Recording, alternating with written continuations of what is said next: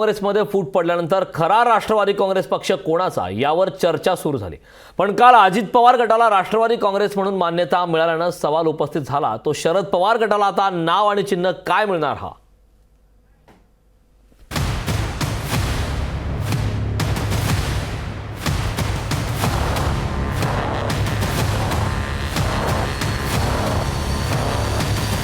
ज्याप्रमाणे शिवसेनेत फूट पडल्यानंतर घडामोडी घडत होत्या अगदी त्याचीच पुनरावृत्ती राष्ट्रवादी काँग्रेसमध्ये फुटीनंतर पाहायला मिळते। निवडणूक आयोगानं शिंदे गटाला खरी शिवसेना म्हणून मान्यता देत धनुष्यबाण चिन्ह बहाल केलं।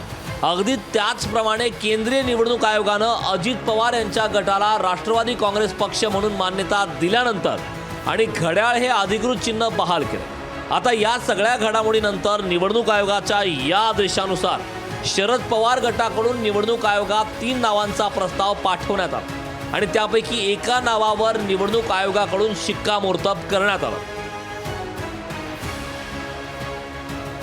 शरद पवार गटाकडून त्या 3 नावांचे प्रस्ताव कोणते? पहिलं नाव नॅशनलिस्ट काँग्रेस पार्टी शरदचंद्र पवार, दुसरं नाव नॅशनलिस्ट काँग्रेस पार्टी शरदराव पवार, तिसरं नाव एनसीपी शरद पवार।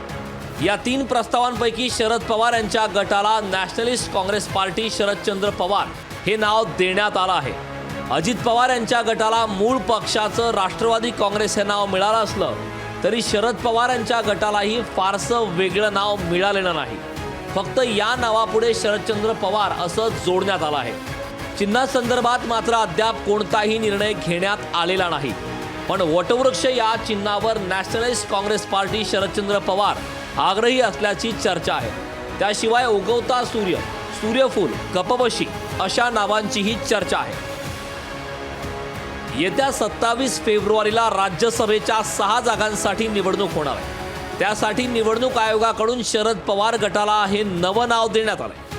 त्यामुळे राज्यसभा निवडणुकीनंतरही हेच नाव राहणार की बदलणार हे पाहणं महत्त्वाचं ठरेल। शिवाय तोपर्यंत चिन्हाचाही फैसला आलेला असेल। ब्युरो रिपोर्ट, लोकशाही मराठी, मुंबई। बारामती।